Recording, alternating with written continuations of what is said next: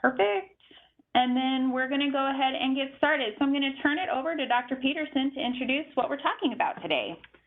All right, so I'm really excited about this program. We've been wanting to do this one for a while, and we were fortunate enough to recruit Julie Horner and Sarah Agostinelli from, Julie Horner's from Kootenai, one of our own, but Sarah Agostinelli is the director of the Office of Diversity at Billings Clinic and comes very highly regarded, and we're really, really grateful to have her here. And then we also have our own illustrious Elizabeth Brewer speaking today. So trio of very highly educated and intelligent women speaking to us about unconscious bias and microaggressions in the workplace. So we'll start off with Elizabeth Brewer speaking about some of our stats from our own workplace here at Kootenai Health, including some data on our patient populations. All right, thank you. So I'm actually standing in for Ava Hernandez, our Director of Human Resources. I'm sad that Ava wasn't able to join us today. She has such a great perspective on our workforce at Kootenai Health, and she had some really fun stories to share about her own experience as well. So we're hopeful that we'll get Ava for a future session. But I'd like to just share some of the data that Ava and her team provided, as well as data about our patients. And the purpose of this is really to just kind of set the stage for Julie and Sarah when they speak later. And just understand the landscape in which we work and the real diversity that is out there in the folks that we interact with. So one of the things that I've been doing as we've been promoting this program is going to a variety of different groups and sharing kind of the purpose of the Inclusive Care series. And it really is mission-driven education and work that we're doing in these different events. So the very bottom line says, the better our patients are represented, understood, and included, the better they can be treated. So who are our patients? So let's take a look at who our patients are. So one of the things that we can get out of EPIC, and this is a report straight out of our brand new EHR, is discrete data points about different demographics. And so we know how old our patients are. They've all got a birth date, and we can put them into different categories. And so you can see in this that our patients range from across all different ages, but there is a larger demographic in the 60 to 80-year range. So definitely our patient population skews a little bit older. I don't think anybody's surprised by that. We kind of know that. But it really does run across the whole continuum of a person's lifespan. And what else do we know about our patients? Well, we can find out where they come from, where they live primarily. So their address is something that's recorded in the EHR. And it turns out, as we looked at this, that we actually have patients with a primary residence in almost every state in the United States. There were 46 states listed here and 2 provinces of Canada. So when we think about our primary patient population, of course, they all live fairly locally, but many of them live other places too. And so that gives a new depth and breadth of their experience and their own uniqueness to them. So what else about our patients can we find? Patients by race. So this represents the different racial or ethnic groups that patients have indicated. And in some cases, maybe they haven't. So we have a good portion of patients who are unknown at this time. And so when we think about, why we ask patients about some of the questions when we're intaking into the EHR, a lot of this is maybe not captured in a prior version of our EHR, or we aren't asking it. And there's lots of different reasons for that, but it only can help us understand and better care for our patients when we know some of these things. So I just wanted to share, of course, that we are predominantly in this Caucasian or white population, but there were lots of different races or ethnicities represented here. And it spans kind of across many different ones, and it's fairly similar to the Kootenai County population demographic breakdown overall. And then if you look then at their languages, this gets even more interesting. So a patient's primary language, Many of them selected English as their primary language, but then there were so many other languages here, more than I was expecting. It was really interesting to see that, you know, there really is a lot of diversity out in our community that we maybe don't see, but we could experience through providing their health care.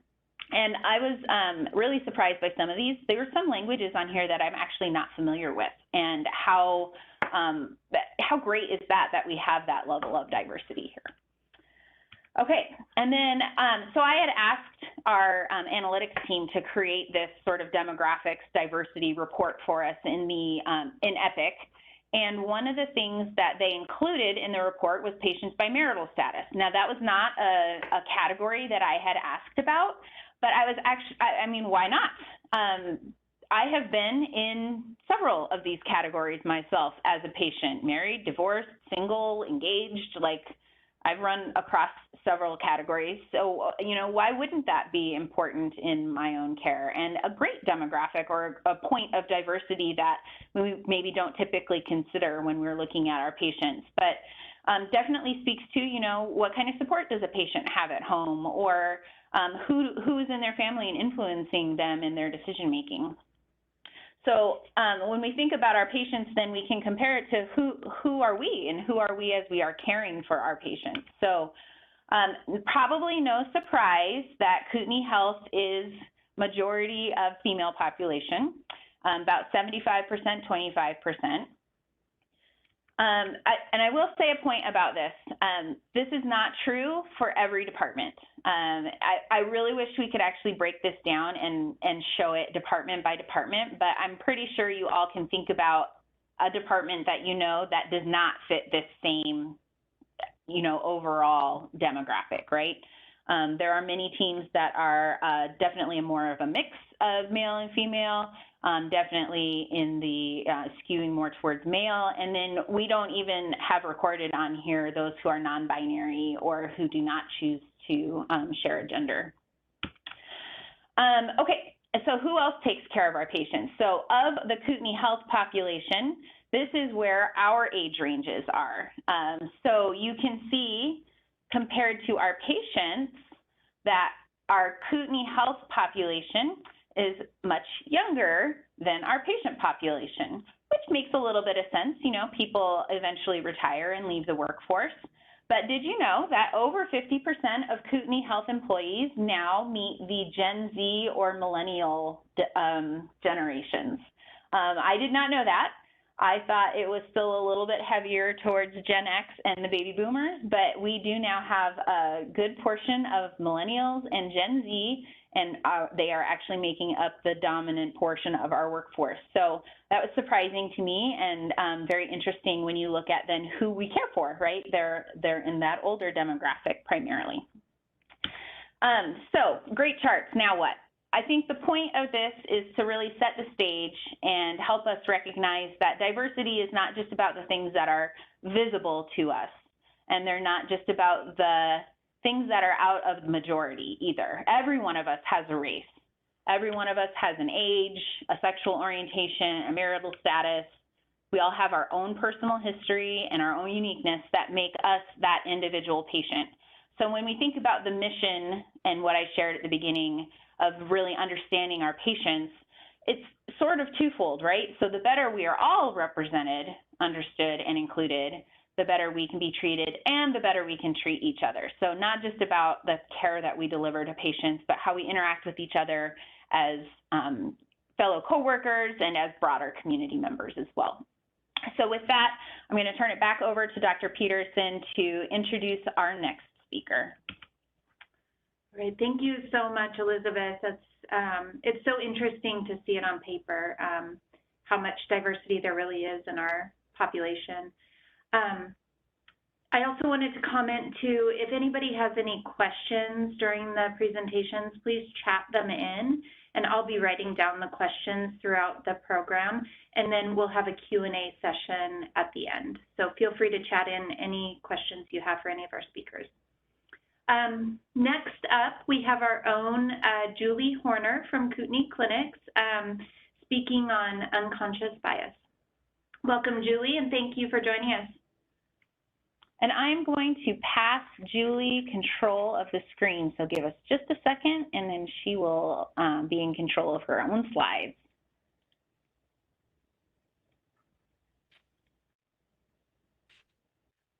All right, do I have control?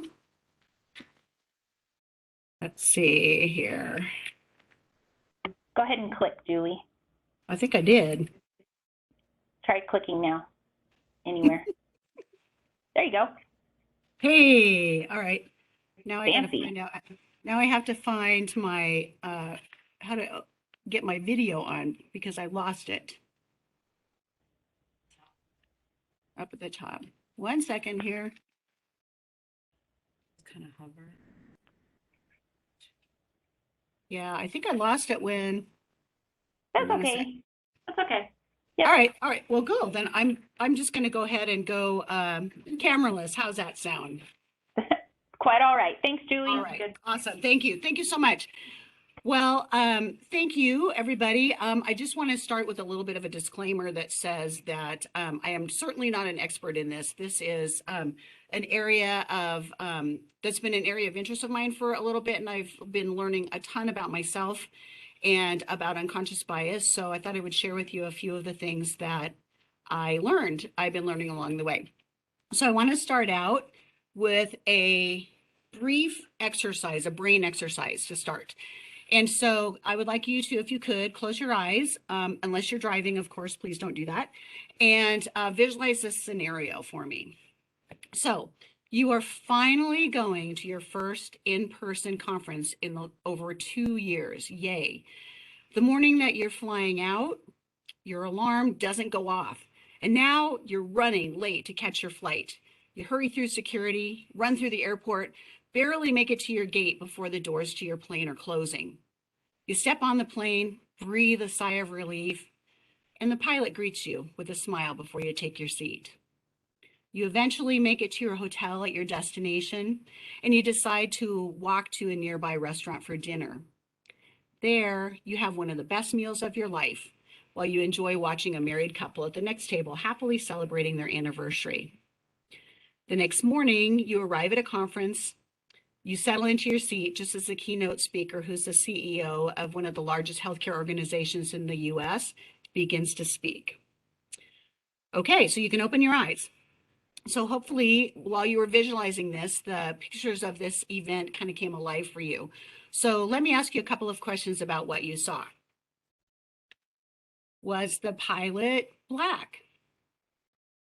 Was the married couple 2 men? Was the CEO a woman? So just kind of ask yourself rhetorically, why or why not you think that is. And while you're doing that, I'll share with you why. So our brains are bombarded with 11 million pieces of information every second, but we can only process about 40 of them. Our brain is wired to make these shortcuts because of that, using our past experiences. And so it makes some assumptions. Our brain actually makes about 90% of our decisions without us even knowing it. We are constantly unconsciously sorting things into things like familiar versus unfamiliar, same versus different, them versus us, and so on and so forth. Our brains are hardwired to trust what's familiar and to be suspicious about what's unfamiliar. It's a basic survival instinct that has really helped us stay safe for thousands of years. But the problem with it is that it's often wrong. So to illustrate this, let's try one more quick exercise. Hang on a sec. All right, here we go. A bat and a ball cost $1.10. Obviously, this was a long time ago. But if the bat costs $1 more than the ball, how much does the ball cost? Did you say 10 cents? Well, if you did, you're in good company, but it's wrong. The actual answer is 5 cents. But we choose 10 cents without even thinking. Our unconscious mind uses things like instinct and not analysis to interact.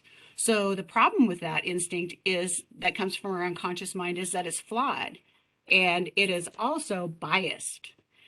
It makes snap judgments of people that we meet, sorts them into things like age, gender, race, disability, all kinds of different categories. So without us even knowing it, we're judging whether people that we encounter are like us and belong to our in-group. And those are the people that we favor. So let's talk a little bit about bias. We all have it. In fact, if you have a brain, you are biased. It's a normal response of our brains. Just to define bias a little bit, bias is the tendency to favor one group over another. And that further gets separated into explicit and unconscious or implicit bias. So explicit bias is a conscious preference, either positive or negative, for a social category. This comes from things like our personal beliefs and prejudices, or even can be some discriminatory attitudes. Explicit bias is where things like racism and sexism and anti-Semitism come from. On the other hand of that is unconscious bias, which is what we're focusing on today. You may hear it called implicit bias or blind spots, and it is defined as attitudes or stereotypes that unconsciously lead to errors in how we perceive, reason, remember, and make decisions. It's basically a prejudice that we're unaware of. But not all bias is negative, though. You can have something called an affinity bias that actually attracts you to certain people or situations. So, for example, you might unknowingly favor a prospective job candidate who went to the same college as you, even though you know nothing else about them. Oftentimes, these explicit and implicit biases are informed by stereotypes and prejudices that are around us. And Sarah's going to be spending a little bit more time talking about that next. Unconscious biases are shaped through our upbringing. So it may come from things like messages that we receive from our family and friends, the area or the culture that we grew up in, institutions that we interact with, like our church, our schools, medicine, media messages in the form of TV, radio, magazines, social media, and then also experiences that we've had. All of these messages that we have are all held on a subconscious level that we don't even recognize. Research shows that unconscious bias starts to develop as early as age 5, believe it or not. And at that point, it tends to be primarily focused on race and gender. And then as we age, our biases progress into other categories, things like body size or sexuality, disabilities, religion, things like that. So as I shared before, we all have biases. It really is a normal part of our brain. But if it's unconscious, how do we know what biases we have? Well, implicit bias can be tested for in a number of ways, but the most widely available is Harvard's Implicit Association Test, or IAT. You can find it at projectimplicit.com. If you've never taken one of these tests, highly encourage you to go on and try it out and see what you see. The implicit association test measures your automatic association between groups around different topics like race and religion, gender, sexuality, age, weight, and I think there might even be one on presidents, believe it or not. Each test takes about 10 minutes to complete. You are shown photos of 2 different groups and words from 2 categories, and then you're asked to rapidly sort both of those together. At the end, you get a report about any kind of automatic associations that are uncovered. The most often taken of their tests is one called the Black-White Race Association Test. And it's been taken millions of times since the 90s when the tool was introduced. And for me, what's really startling about that test is that over time, it's shown 75% of people who took that test, including a small group of Black people, automatically associate white people with goodness and Black people with badness. So hold that thought. We'll be talking about that a little bit more here. Well, research has shown over and over the ways that unconscious bias shows up in our everyday lives. It can impact things about like whether or not we get hired, our income, the ability to get a loan, buy a house, and so many more things. So here are a few examples to show you. Let's start with height. So in our culture, tall men who, and by tall we are defined as over 6 feet tall, are associated with confidence and leadership. Less than 14% of all American men are over 6 feet tall. However, in the corporate world, 58% of male CEOs are over 6 feet tall, which reflects a bias towards tall men in leadership positions and that perception that they're better leaders. Another study about height showed that people over 6 feet tall earn about $5,500 more a year than someone who's, let's say, 5'6", and that's regardless of gender, age, or weight. In American women, for every 1% increase in her body mass, there's a 6% reduction in family income. In contrast to this, body mass increases in men has no effect on their economic outcomes. Another study of interest took an identical resume and simply changed the applicant's name to either a white-sounding name like Emily or Greg, or a black-sounding name like Jamal or Lakeisha. The resumes were given to hiring managers, and what they found was that the resumes with the white-sounding names had a 50% greater chance of getting called back for an interview, despite everything else on the resume being identical. So in our society, unconscious biases have been associated with discriminatory behaviors in education, criminal justice, especially as we've seen that bubble up over the last few years, and even in healthcare systems. So when we start looking at healthcare, is there bias in healthcare? Well, the research says yes. So here's an example of some studies that support that. One study showed that healthcare providers, and by healthcare providers, that means all of us who are in care, providing care for patients, we show the same amount of unconscious bias as the general population. So no change there. And not only that, but a systematic review of the impact of unconscious bias on healthcare delivery found strong evidence that unconscious bias is everywhere towards race and ethnicity, gender, socioeconomic status, age, weight, people living with HIV, disabilities, people who inject drugs, all in that same review. And then all of those things impacted the clinical judgment and the behavior of nurses and physicians towards patients. Another study showed a group of doctors who self-reported that they didn't have any bias towards people of color. And they gave them the implicit association test. And what they found was that 2/3 of them had an unconscious bias against Black and Latinos that the doctors were not even aware of. And that list just continues to go on, supporting the fact that implicit bias is just as present in healthcare as it is anyplace else. Unconscious bias in healthcare results in inequalities in access to healthcare and treatment. This is also known as a health disparity.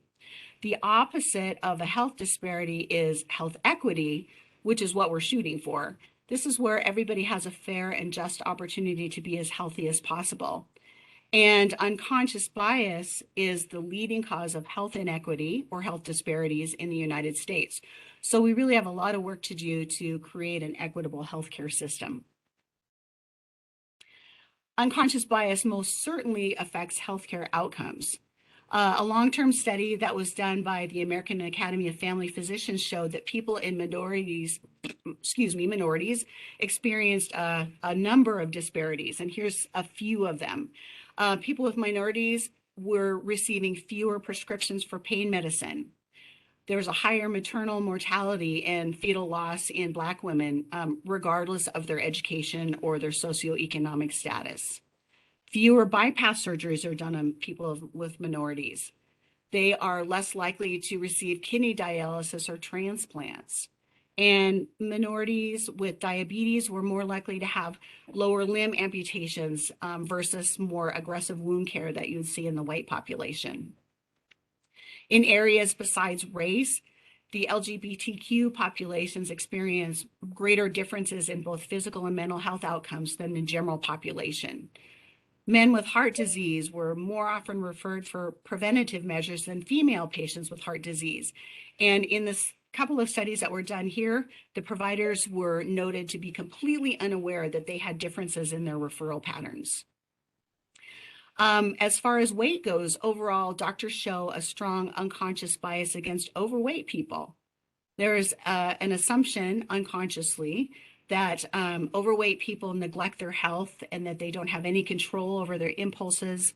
They can't follow treatment recommendations. And so overweight patients get less attention from their providers. Of interest to me is a study that was done of some oncologists who took the black-white implicit association test. And then in their clinics, they were observed by neutral observers. And the observers, what they noticed was that those oncologists who showed a strong unconscious racial bias on the test also had shorter visits where there were Black patients versus white patients. They asserted verbal dominance over the Black patients, meaning that they didn't give them a chance to ask questions. They talked over the patients, didn't collaborate with them, things like that.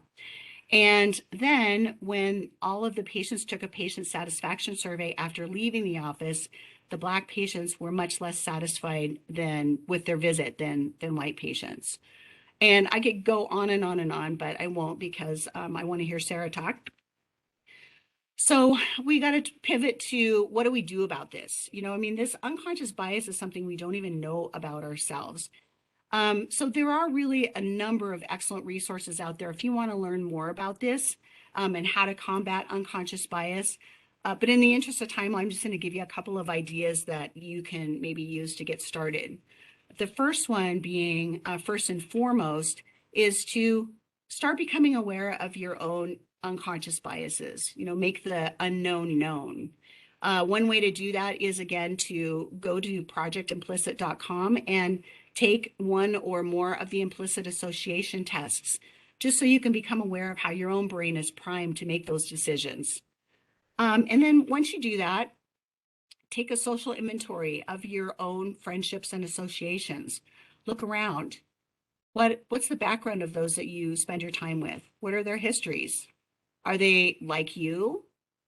And develop a curiosity for others. Actively seek to start making some new relationships with people that are from different social identities than you are.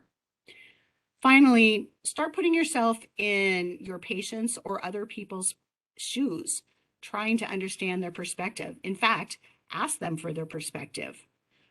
Sarah's going to be spending a little time talking about cultural humility that we'll expand on that just a little bit more. So our unconscious biases are really part of who we are.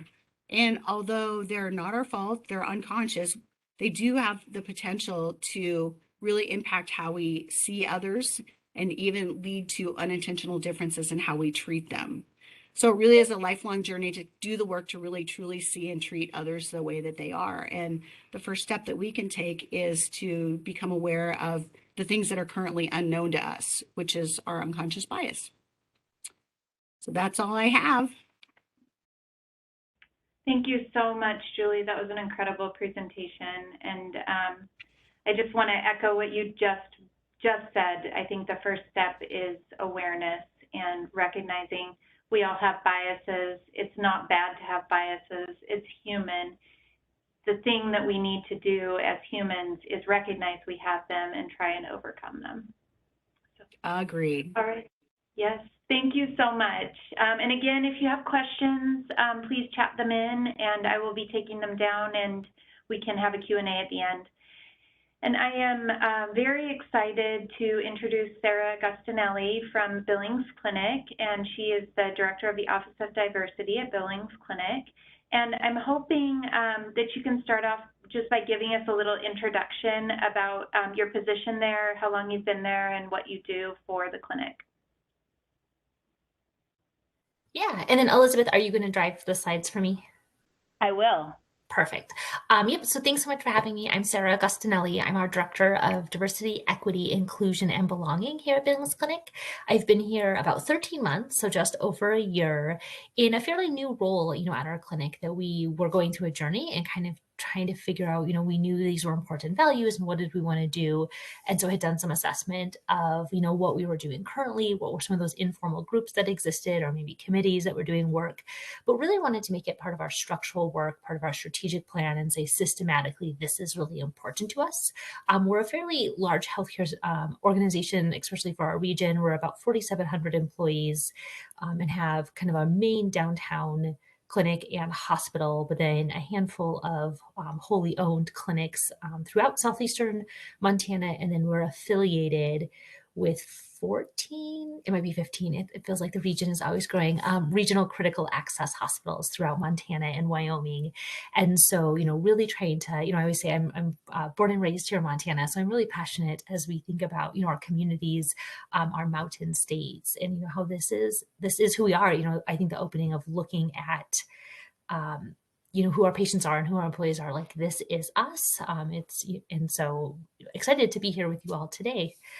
So I was asked to talk a little bit about microaggressions. And microaggressions, stereotypes, implicit bias, as Julie just talked about, really go hand in hand and really rely on one another, as we think about their presence within our conversations or in our communities. So while we know our implicit bias are those maybe unconscious thoughts we have, those attitudes are often built off of stereotypes or assumptions, microaggressions are when we see those in an action. So they could be subtle, they could be verbal or nonverbal, comments or questions, or messages. A good way I've always thought of microaggressions is we can think of them as kind of this small little moment, that happens. It could be like a paper cut. But what happens is that the idea is that these happen over and over again, and the harm that builds up. When we would think about it, if we're thinking about caring for our trans patients, if we have a trans patient come in and we're not thoughtful and mindful, we could misgender them easily 5 times in a clinic visit. We have people at our front doors who are still temperature screening and COVID screening. And so at our front doors, we can misgender them at the check-in registration table with the nurse, with the physician, and then at checkout. And so very easily, if someone's just coming for a primary care visit or just coming for a clinic visit, and they're called the wrong gender or called the wrong name 5 times. So if you think about, the buildup of what that is like in the experience and the message it sends to someone about how we value who they are or what we think of them. And so, while oftentimes microaggressions might seem small in the moment, the reality is that these happen over and over again, especially for people of underrepresented or underprivileged identities. And it's that buildup over time, of those messages of someone's sense of belonging and what that looks like. So if you want to go to the next slide. And so we know microaggressions are often really built around stereotypes. There's a lot of research around stereotypes. And, again, Julie talked about this, that our unconscious bias, our stereotypes don't come out of nowhere. These are systems built within our larger society. They come from messages in the media, our education system, what we're taught and what we're not taught. If you even think about your own educational curriculum of who are the people you were taught about, or what are the history stories that were shared, and which are the ones that weren't shared and just were not part of the conversation. And so research shows, that we have larger stereotypes that people hold, across all identities of who we think of as more competent or we think of less competent, maybe as warmer, less warm. And this plays out in healthcare as we'll also see that these, especially the competencies, as we think of people who adhere to medical advice or, listen or take their medication. And so again, of how we talk to people or those assumptions we bring into the situation. And so when we have conversations, maybe how those come out, or how those assumptions are a part of our questions. Our assumptions are part of our statements as we talk with people. You can do the next slide. And so what is a microaggression? I think sometimes people need that awareness of being able to even recognize them. So these are 2 different graphics. The one with the mouth is about LGBTQ identities, and then the one with the person on racial microaggressions. And oft the time when there's comments or there's questions, the intent isn't necessarily negative. Someone might be trying to learn more about someone. Someone might think they're giving a compliment, but the impact is one that really sends a message that someone isn't behaving, isn't acting, isn't looking how we expect them to, based on an aspect of their identity, and that they don't fit who we think they should be or are. A personal example of this is when a former one of my jobs, not where I am now, I worked with a woman who was lesbian, and her and her wife, and then I had a male colleague. So when she was interviewing and joining us, and she'd reference that, and this male colleague was like, "Oh no, she can't be a lesbian. She's too pretty. She's too pretty to be a lesbian." And you're like, okay, and in his mind, he wasn't trying to say something negative. He thought he was complimenting her and saying like she's an attractive person. But that message of like, you don't look how I expect you to. I have the stereotype in my mind of what a lesbian looks like. and you don't adhere to that. You're too feminine. And so that message it sends of you're not the right type of lesbian, you're not the right type of person to fit that identity, right? So if someone doesn't look that way, maybe it's how they sound, or the ideas of even where you're really from. Sometimes people are trying to build those connections of like, oh, where are you from? And so my younger sister was born in South Korea. She's adopted, but she grew up in Montana. She's lived her whole life. So she came to Montana at 5 months old, and if someone asked us where we were from, and we'd both say Montana, but if they looked at her like, no, but where are you really from? And what they're trying to find out is, what is her racial or ethnic background? But that message is you can't possibly be from Montana because the way you look. Or someone wouldn't ask that of me. They wouldn't be saying like, oh, well, what is your racial or ethnic background? I want to learn more about that. And so that message of like, I'm okay to be Montanan, but she is not. And those messages of what it sends to people about a sense of belonging or about having inclusion within our organizations, within our communities, within our healthcare system, and how we feel like we're going to be treated and if we're going to be truly understood and cared for. So you can do the next slide. And so a couple more graphics on this next slide. So the one on the left on gender, and then the one on the right with the lots of bubbles on really as we think about disability. And so it can be helpful, these things are not kind, maybe they don't feel good, but it can be helpful to recognize the language. So if we hear them, we're able to pause and say like, hey, we need to cross check or double check, or, this is what you're saying. Is this the intent of what you're meaning to say? Let's think about what that looks like.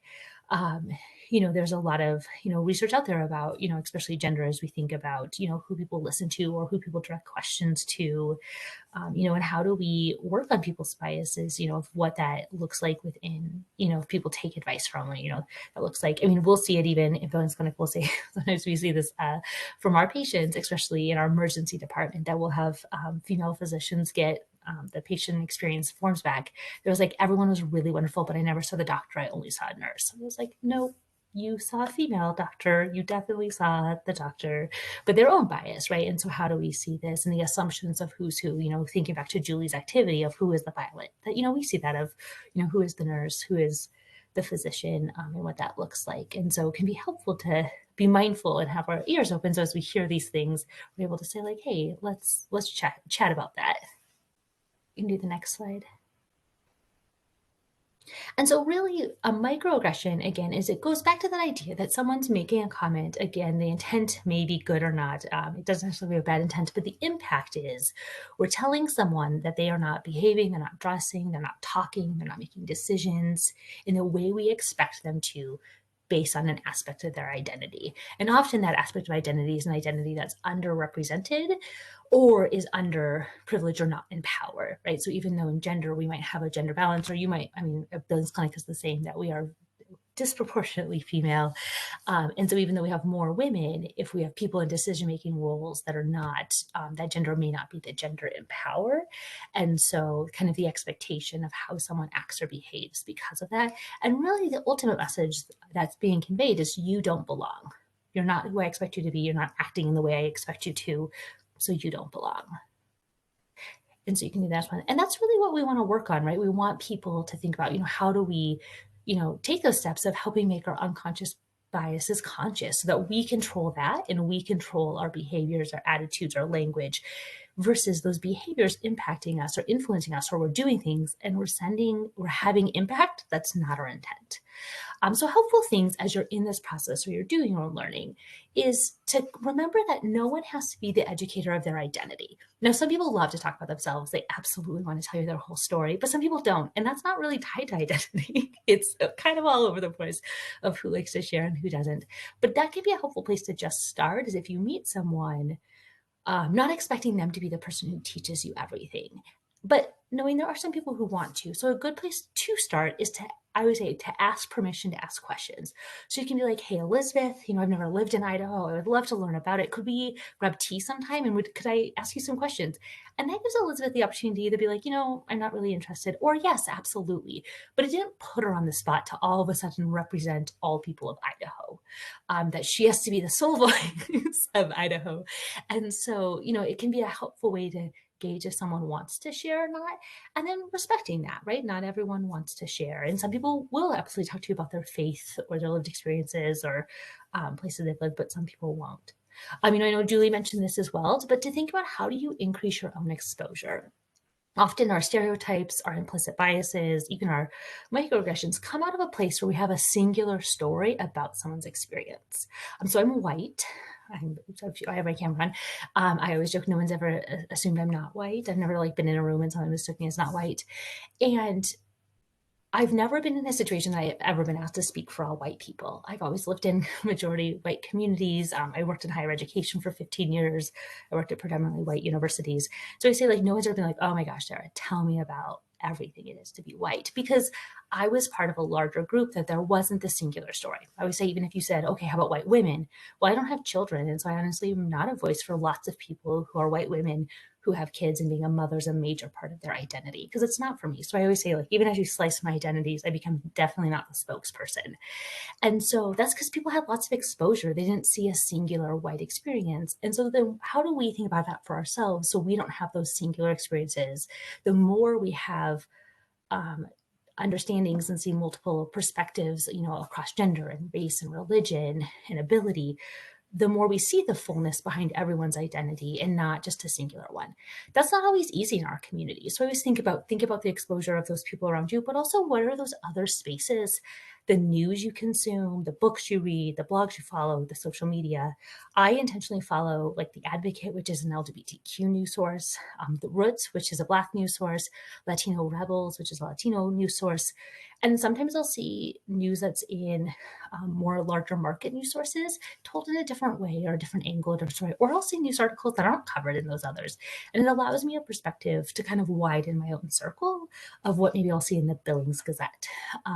Same with people. I mean, I would say you can always just find people on Twitter to follow. There's lots of people. You can find articles on like the top 10 trans authors and just go find their Twitter. You don't have to engage with them. You don't have to talk with them, but their voices become a part of your circle and things you see, and it helps you kind of increase that exposure, where that might not always be easy to do in our day-to-day lives. And then again, it's thinking about that person-centered care. In healthcare, we're really committed to people and understanding that people are this fullness of all the intersections of their identity.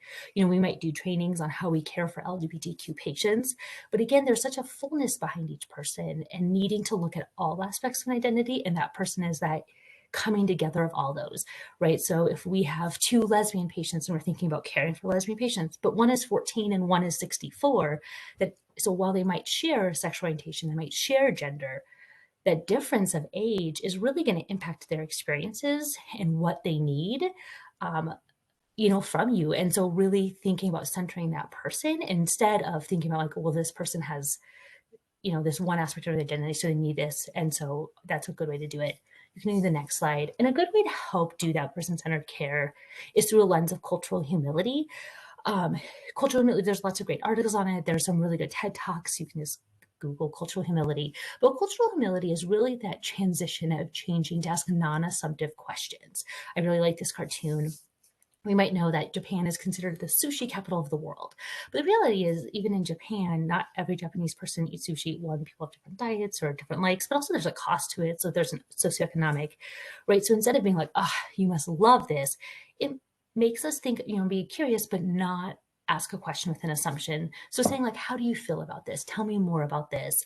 So we can be curious, we can ask questions, but we want to ask non-assumptive questions and that recognize all people have culture and all people have identity. So Elizabeth talked about that. We all have a race, we all have a sexual orientation. And so thinking about, how we adjust that to be open and unassuming versus often microaggressions or those questions that have an assumption, like I expect you to behave this way, to act this way, to dress this way, to talk this way. And that's where that intent and impact can come into play. You can do the next slide. So again, when we see those microaggressions, it can be really helpful to think about how do we help one another grow and learn, right? Just as we think about patient safety, if we didn't hear the right medication amount, or if we want to double check someone's name, we'd have these type of moments for safety all the time to just help one another. And it can be helpful in this way too, because it's creating psychological safety for our fellow colleagues, for our patients. So prior to things happening, it can be helpful to reflect on when we see something happening, if we see a microaggression, if we see something we think is bias, why don't we respond? Sometimes that's personal. Some people maybe are more shy or they're uncomfortable being, what they see as confrontational. Sometimes it's relationships. I would say I do better with strangers than people I know because in my mind, even if I upset them, there's no risk there, right? So like I'm the type of person who'd walk up to a stranger at a park or a restaurant and absolutely say something. For some people, that's terrifying, and they would much rather talk to someone they have a relationship with, that they have trust built up. And so we can think about the relationships. We also can be social, right? We might be in a system that if you're like, oh my gosh, Elizabeth's here. Elizabeth's definitely going to say something, so I don't have to, right? So we can have those socials of the people we're around or maybe who we expect to do something if we see them as in charge. So it can be helpful to think about those and to say, if I'm in different situations, what would I be comfortable with or what would I not, or what would my barriers be? Because when we're aware of our barriers, we can think of another way to help us even with our barriers, right? So if we feel like we can directly respond, right? Go up to someone and say like, hey, I want to talk to you about what you just said, or hey, you said this. I'm not sure that's what you meant. This is what I heard. Check in with someone who had something said to them, right? So if someone, you're like, hey, this person just said that, I want to see if you're okay. Is everything all right? We can think about delegating, right? I have to say, like, someone needs to talk to them. It's not me. So I'm going to delegate this. I'm going to document this and give that to the appropriate person. And sometimes it's distract. This doesn't always necessarily work in a work setting, but if it's a social situation or if maybe you're out in public, and think about how do you kind of change the tone, or if you know people in your life and you kind of know somewhere something's heading, like how do you distract it or change the moment to kind of diffuse it so maybe the incident doesn't happen. And that can be helpful to almost have a game plan because these things happen in our lives. And so knowing what we're going to do. You can do the next slide. And then just, I know Julie talked about this, so I won't go in much detail, just also a plug for the implicit bias test. So much of what's helpful for us is we can better prepare how we're going to respond when we have a deeper understanding of ourselves. And so I also highly recommend the implicit bias test. It's not always easy, right? Like it's not like fun to like take the test and you're like, oh, I have a moderate bias for people of size compared to thin people. That doesn't feel good. But it's important because when we're aware of it, we then control that. We can be more aware of when we are talking or saying things or what we're doing, the decisions we're making, that we now have the power over that part of our brain because we're aware it's sitting in there, versus if we're unaware, it's making the decisions. And again, it's that impact that we don't intend. And then you can do, I think there's one last slide. Oh, and so that's, just wanted to also plug for that, but Julie talked about it great, so I don't need to go into detail. So thanks so much for having me. I'll turn it back over to Elizabeth. Thank you so much. That was an amazing presentation. You're just such an engaging speaker, so thank you. So we did get a couple of great questions, and I will open this up to both Julie and Sarah. Dr. Berg asked if there's any studied interventions to mitigate the effect of unconscious bias in the healthcare setting, to kind of prove that there's a benefit to mitigating it. Kind of put you on the spot there, but I don't know if you're aware of any tests. Well, I would defer to Sarah. Sarah may know something, and you may also, Dr. Peterson. I'm not aware currently of any that are specific to healthcare in terms of mitigating implicit bias, but anything that is out there is that there's benefit to all of us to mitigating implicit bias. So I will take a quick look and see if I can find one. If I do, Dr. Berg, I'll send it to you. But Sarah, do you know of anything specific off the top of your head? I know of some research that comes more out of education and what it looks like with educational outcomes. So I spent 15 years doing this work in higher ed. And so my 13 months at Billings Clinic is my introduction to healthcare. But there is a lot of research a lot of times around inclusion. Like I know, so as I say, I'm sure it's out there specifically for healthcare. I know there's a lot of really amazing research around minority stress models and that connection to healthcare and how often minority stress models are impacted by discrimination that's experienced within healthcare, and oftentimes that discrimination coming out of unconscious bias or unassumed. But also there's a lot of research. The HRC, the Human Rights Campaign, has done research around even just people not sharing their sexual orientation out of fear of discrimination. And I think it's oh, I'm going to get these numbers backwards. I think it's 10% of gay men, 13% of lesbians. That might be backwards, but I know it's 10 and 13, and then it's 33 and 39%. So I think 33% of bisexual men and 39% of lesbian women, or sorry, of bisexual women don't disclose their sexual orientation to any healthcare provider because of discrimination. And so I know there's a lot of research in there around that minority stress models and how, right, like, I mean, as providers, if your patients are actively lying to you or withholding information, that doesn't allow you to care for them in the way you desire to. And so it does impact health disparities because people aren't having a fullness and conversation around their health. So I know the HRC looks at quite a bit of data around LGBTQ patients specifically. So those are some research I'm aware of that are kind of, I think, helpful in this lens, or show, when we can have those openness, we can create those spaces that people are comfortable talking about their identity in intersection with their healthcare. It does allow us to have a more fullness view of our patient and care for them because we have all the knowledge we need. Yeah, great. I think it's important to recognize a lot of the research, I think, is around the disparities in healthcare for, Black patients, Latino patients, LGBTQ patients. And as healthcare providers, we're responsible for addressing the decrease in those disparities.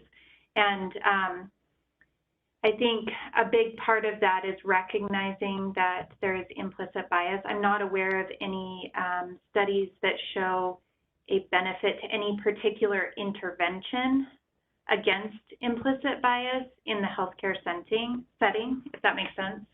I think it's just an important first step to recognizing that there is disparity in medicine and that we are responsible for addressing that. So we can ask our librarian to do a literature search as well. That's a great idea. To see if there's anything that we can come up with.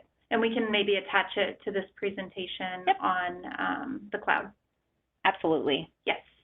So, and we have the director of research here. So if there's an opportunity for a future study, we have the right person here. We had another question on addressing microaggressions in the moment. And I think, Sarah, you spoke to this a bit.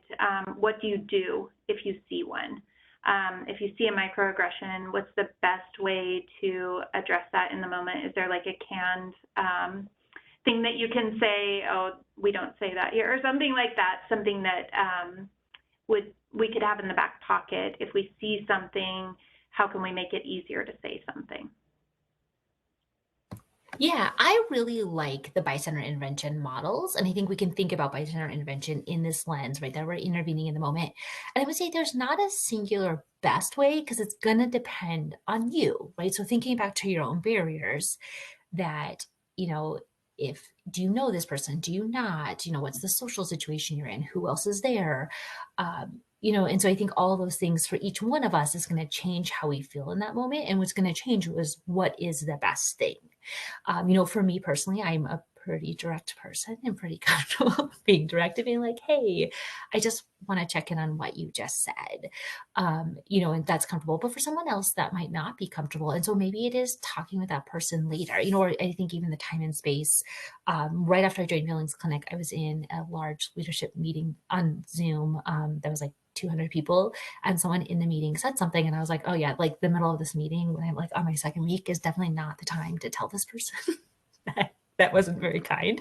And so I found them later and we had that conversation, and so I think the more you can do some reflection on what are you comfortable with, what are you not, and when things happen in different spaces, what can you do? So I do think that preparation is helpful, but it's going to depend on you. And if you're comfortable directly checking in with the person, or if you would prefer to check in with the person who had something said and say, like, what support can I do for you? Or, how are you? If it is documenting it, or, depending on what the situation is, if it's HR or compliance, I think all of those are absolutely appropriate and kind of are going to depend on the situation. Or even working with the teams around you. So I've done some work. We have a medical residency and a lot of medical students that come through. And so they're often in teams and they're rarely alone. And so we've done some bystander training with them to think about if someone, because sometimes we'll have patients say things against, especially our female students. I always say when something is said to you that's hurtful or harmful, like we get to emotionally respond how we emotionally respond. And I'm never going to tell someone the appropriate way to respond when something's directed at you. But then how do we in those moments step up for one another so someone can emotionally respond how they need to, but someone else can be the person to kind of check in, or say something. And so we've done a lot of that because they're in teams. That doesn't work as well across the organization because lots of people are alone with patients. But I do think that's kind of a helpful. So you can always, there's lots of great literature out there about bystander intervention, but I do think it's a helpful model. Because you can still do it in a kind way. You can still do it in a productive way. And, and I think also the language around intent and impact can be helpful. I think sometimes when you say like, hey, we shouldn't say that, people, they're like, well, I didn't mean to say anything mean. And so I think being able to say like, yep, I'm not questioning your intent, but I do think we're accountable for our impact. And this is the impact of how you said that or what you said, and kind of break it down. I also think it depends, right? Like I joke about, when I was younger, I have a brother who's a year older than me, and he used to say that's so gay all the time, but never about people. It was like the speed limit. And so then I used to just ask really obnoxious questions. I always say if someone like says a racist joke, there's nothing worse than making someone explain your joke. Like start being like, oh, so he would like say that's okay. I was like, oh, so does it only like speed limits that are also 50 miles per hour? What if it was like 55? Is that like close enough? And I would just ask obnoxious questions. And now he magically doesn't say it, right? Because he just wasn't really thinking about it. And that was my annoying little sister way to make him think about it. So I think it's going to depend on the people, but reflecting on what's most comfortable for you. That's really helpful. Thank you. That was, I think, all of our questions. There were a couple of kind of logistical questions that we'll answer privately, but that's all. I really, really appreciate everyone. Elizabeth, Sarah, Julie, thank you so much for presenting today. This was a really great topic, and I'm glad we were able to get it here. So thank you. Thank you, everybody. We will record your attendance, and we will send out information on how to claim your continuing education credits after the session. Bye.